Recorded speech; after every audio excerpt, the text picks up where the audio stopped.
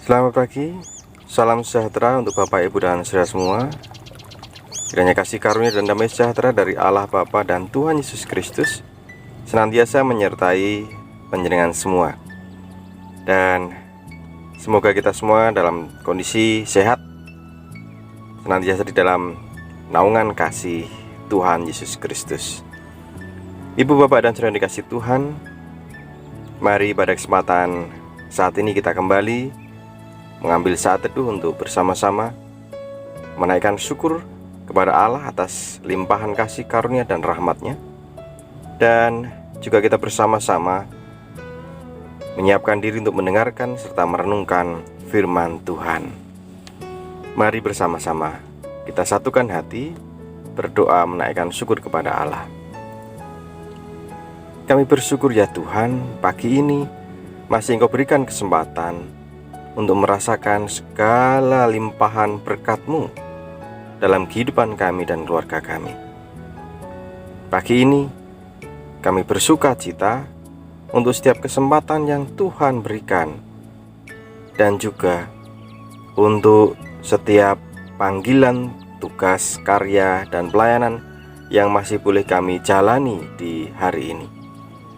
Dan kami mohon penyertaan-Mu ya Allah, supaya hari ini kami boleh dapat menjalankan tugas kami dengan baik. Dan biarlah hidup kami diberkati serta menjadi berkat bagi sesama. Ya Tuhan, kami akan dengarkan dan renungkan firman-Mu. Kiranya Roh Kudus memampukan kami untuk mengerti dan melakukan apa yang menjadi kehendak-Mu. Bersabdalah ya Tuhan, kami siap untuk mendengarkan. Di dalam nama Yesus Kristus Tuhan kami berdoa. Amin. Ibu, Bapak, dan saudara dikasih Tuhan, firman yang akan kita baca dan renungkan bersama pagi ini diambil dari kitab Ulangan pasal 9 ayat 25 dan 26. Ulangan 9 ayat 25 dan 26 yang demikian. Maka aku sujud di hadapan Tuhan 40 hari 40 malam lamanya aku sujud, karena Tuhan telah berfirman akan memunahkan kamu. Dan aku berdoa kepada Tuhan, kataku, ya Tuhan Allah, janganlah musnahkan umat milik-Mu sendiri yang Kau tebus dengan kebesaran-Mu dan yang Kau bawa keluar dari Mesir dengan tangan yang kuat. Amin. Demikian sabda Tuhan. Tema renungan pagi ini, memohon pengampunan. Ibu, Bapak, dan saudara dikasih Tuhan, umumnya atau lumrahnya orang yang melakukan kesalahan itu meminta maaf atau memohon ampun supaya kesalahannya dimaafkan, dosa-dosanya diampuni. Itu umumnya orang seperti itu. Meskipun tidak jarang kita bertemu dengan orang-orang yang tidak sadar diri, tahu salah tetapi tidak mau mengakui kesalahannya, apalagi meminta maaf. Dan yang lebih parah lagi, mungkin banyak juga orang yang tahu dirinya salah tetapi tidak mau tahu, sengaja mengeraskan hati, tidak mau mengakui kesalahannya, dan bahkan tidak mau meminta maaf. Pagi ini firman yang kita baca ini menunjukkan kepada kita sebuah hal yang luar biasa.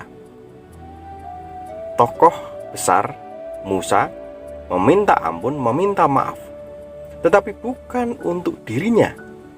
Lalu untuk siapa?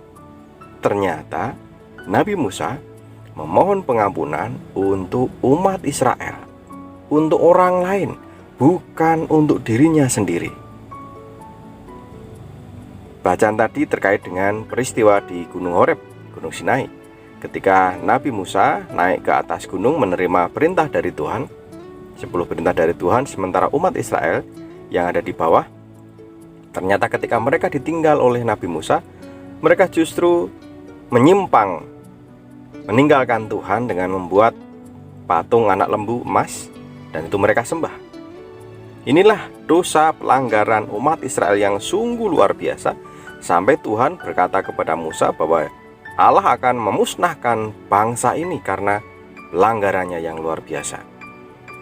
Nah, tahu akan hal itu, Nabi Musa bersujud di hadapan Tuhan 40 hari 40 malam, memohon ampun, memohon supaya Tuhan membatalkan rencananya untuk menjatuhkan hukuman, memusnahkan umat Israel.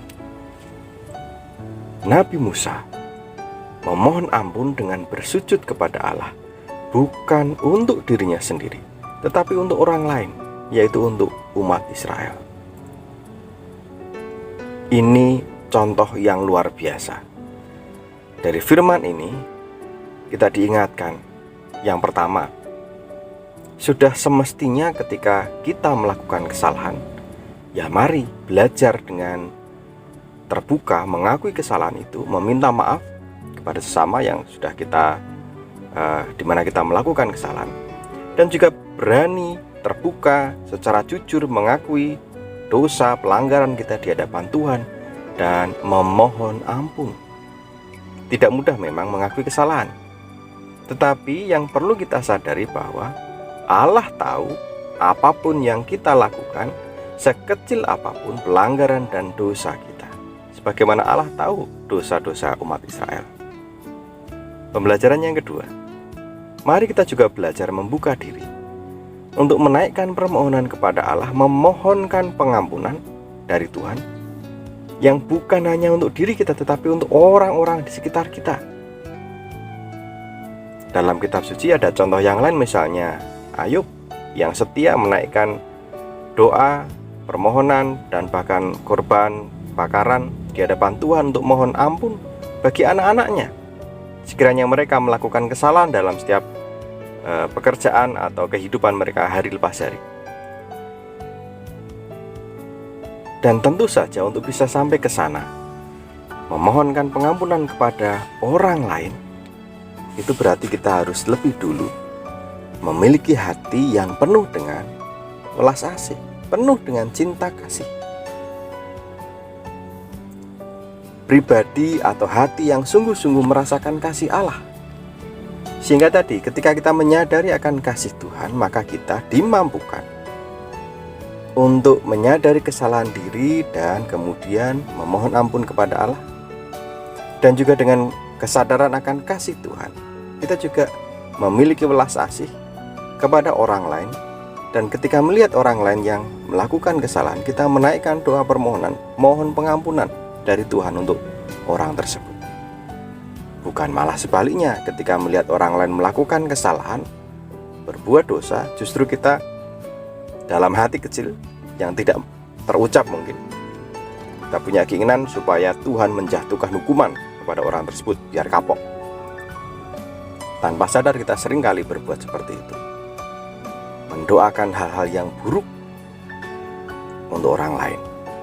Mari Bapak Ibu Saudara, kita belajar untuk sungguh merasakan kasih Tuhan dalam hidup kita, sehingga kita juga terus belajar untuk menaikkan permohonan ampun kepada Allah untuk setiap dosa pelanggaran kita, dan juga belajar seperti Musa, seperti Ayub untuk menaikkan permohonan doa mohon ampun bagi orang-orang di sekitar kita.